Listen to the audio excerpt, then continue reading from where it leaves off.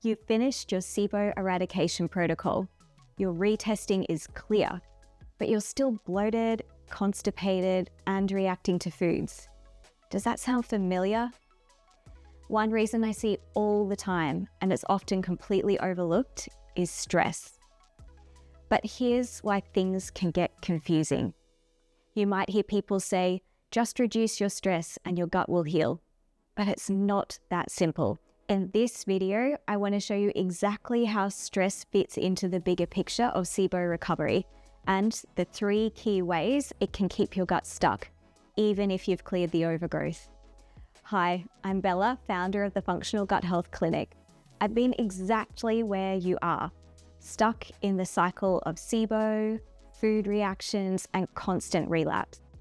And after working with thousands of clients and healing my own gut, I can tell you, stress is one of the most overlooked gut disruptors.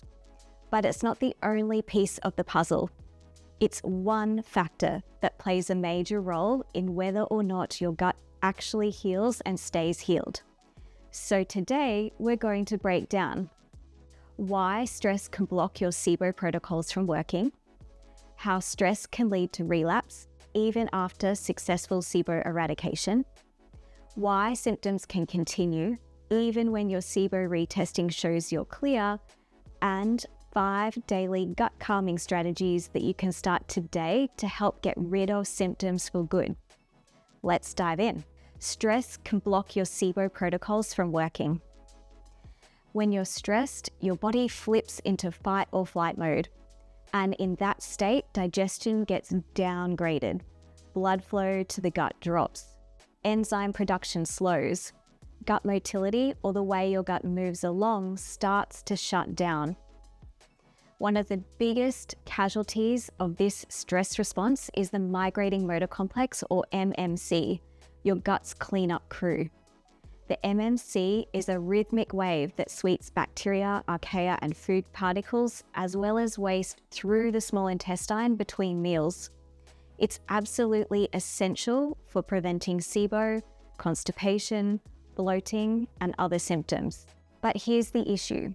The MMC is controlled by the enteric nervous system, which is a part of the nervous system in your gut, and heavily influenced by the vagus nerve, which acts like the main communication line between your brain and your gut.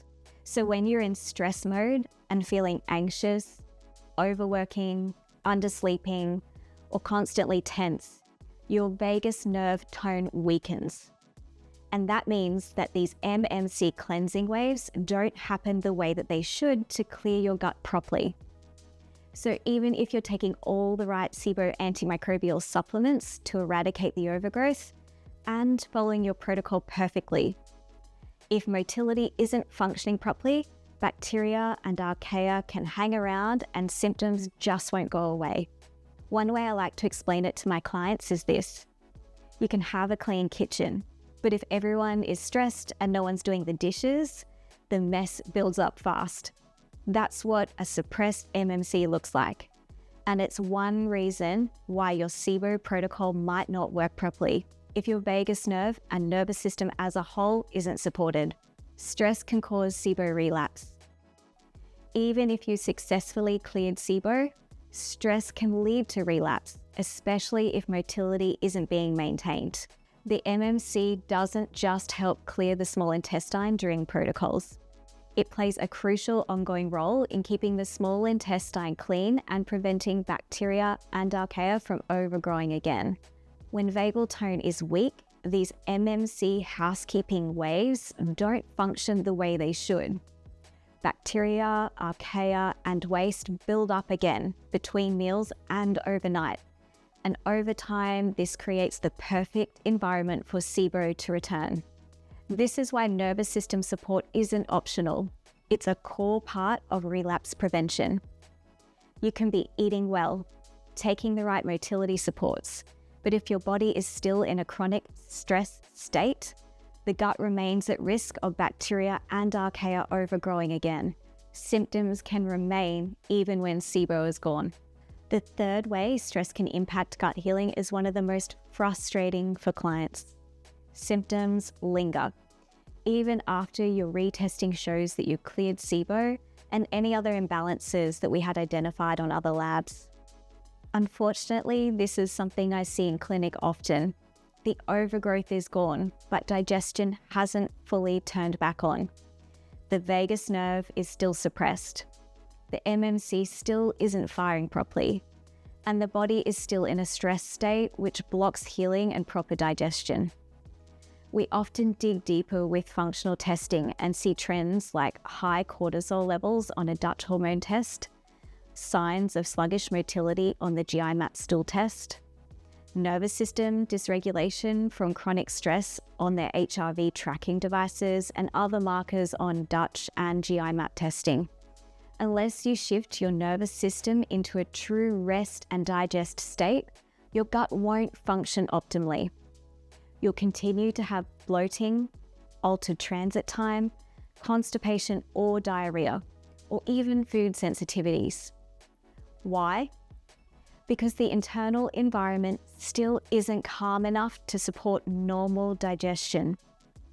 This is where the vagus nerve comes in. The vagus nerve, your gut's on switch.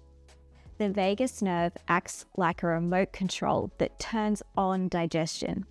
It's what shifts your body into parasympathetic mode, or rest and digest, where healing, repair, and proper gut function can happen. When vagal tone is strong, digestion can flow smoothly. But when it's weak, that's when symptoms happen. And the hopeful part, you can train your vagus nerve. And it doesn't take hours a day. Just a few minutes of the right input can make a big difference.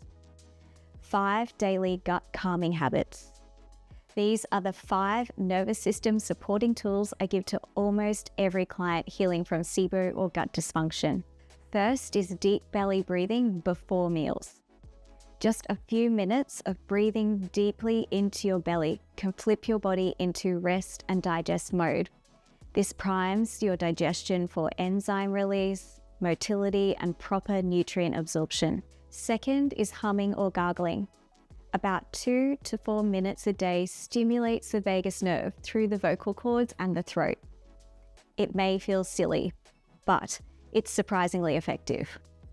We often ask clients to do this when they're in the shower, because who doesn't love to hum along to a catchy tune when the acoustics are good, right? Third is gentle movement.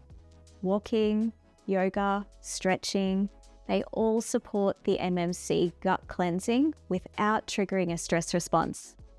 I usually recommend avoiding high-intensity workouts if you're already burnt out. They often spike cortisol and they make gut symptoms worse. Fourth is a brain dump journal. Often it's not the external stress, but the constant mental load that keeps your nervous system stuck in fight or flight. Writing down your thoughts or to-do lists for just 5 minutes first thing in the morning or last thing at night helps your brain to feel calm, and that signals safety to your body. And fifth is prioritize sleep. Getting 7 to 9 hours of quality sleep is so important. Poor quality sleep raises cortisol, weakens your immune system, and directly suppresses the MMC. If you struggle with sleep, focus on a wind-down routine, reduce screen time before bed, and keep your bedtime consistent. So start small and stay consistent. These are the habits that help to retrain your nervous system and to support your gut long-term. Let me give you a real example. A client came in for her follow-up consultation saying, "I've cleared SIBO, but I still feel terrible. I'm still afraid to eat breakfast and lunch because I get bloated and gassy during the workday." We looked at her health history and her labs, and what stood out was chronic work stress, poor sleep, and no vagus nerve supports following all of the protocol work she had completed. The gut was clear, but her nervous system wasn't. We added a 2-minute pre-meal breathing work routine, humming in the shower, and a 15-minute evening walk. She started journaling before bed to quiet her mind and focused on a consistent bedtime. Within about a month, she had less bloating, calmer digestion, And she said to me, for the first time in years, I wasn't afraid to eat lunch at work. That's how powerful nervous system support can be, even when diet and supplements are already in place. So if you can't clear SIBO or your gut symptoms keep coming back, even after a successful SIBO protocol, it might not be your diet or your supplements. It might actually be your nervous system. Stress doesn't cause SIBO on its own, but it can absolutely block your protocol from working. It can cause it to relapse or keep symptoms lingering. That's why this piece is just as important as your antimicrobials, diet, and all of the other recommendations. Support your vagus nerve daily. This is what helps your gut truly heal and stay healed long term. If you found this video helpful, the next video I recommend is SIBO Keeps Relapsing. Here's what you're missing. I'll link it here if you'd like to check it out. And if you're ready to dig deeper into your own gut health, we offer a free 15-minute discovery call. You can book that using the link below. We'll help you understand potential root causes for your symptoms and walk you through how we work with clients inside the Functional Gut Health Clinic. And don't forget to subscribe and hit the bell so that you don't miss any future gut health strategies that we have seen work. Thank you so much for watching, and I'll see you in the next one.